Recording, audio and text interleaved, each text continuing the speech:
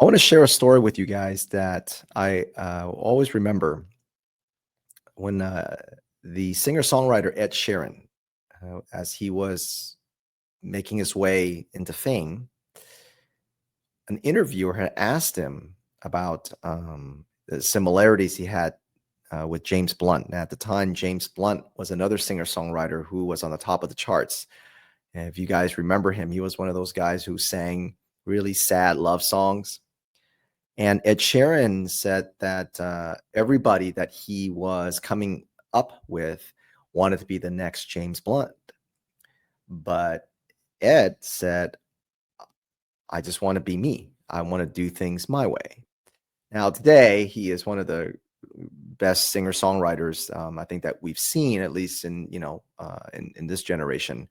He can fill Wembley Stadium with just a guitar and a loop machine. Just very unique.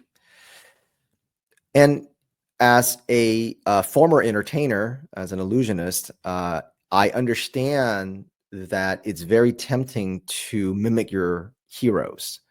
A lot of young magicians do that, and they end up being just a really cheap carbon copy of whoever it is that they happen to look up to.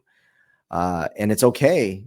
We all have heroes in our profession, especially in the arts.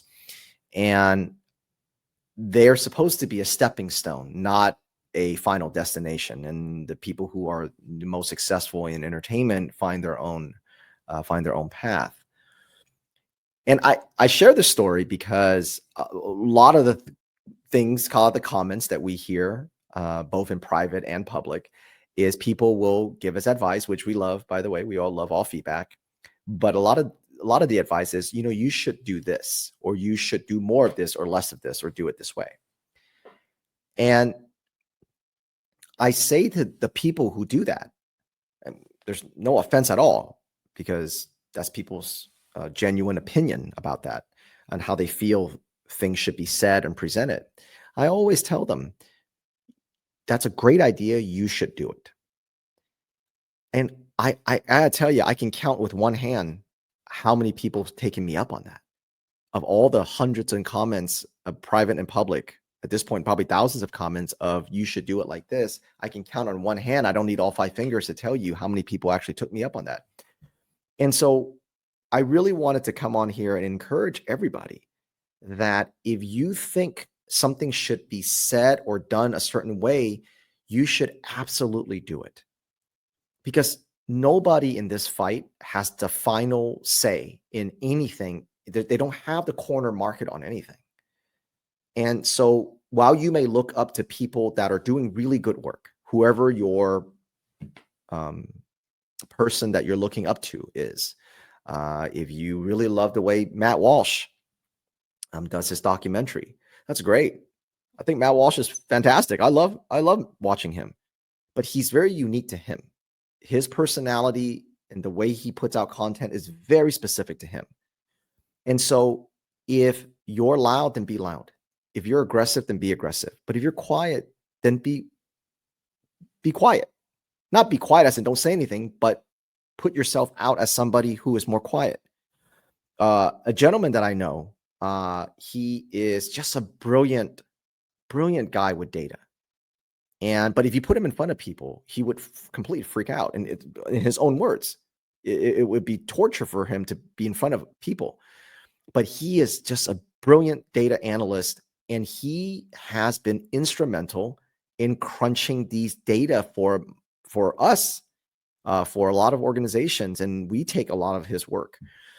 The point is, you don't have to be the people that you look up to or that you admire to make a difference in this fight. And this fight could be anything that's anti-American, anti-kids, anti-family, anti-excellence, anything equity, diversity, inclusion, the transgender cult, open borders, fraud, you name it. Whatever it is that you're unhappy about, there is a place for you, but you have to be willing to use your voice and find your voice. So my only advice for you isn't how to do it, to just start.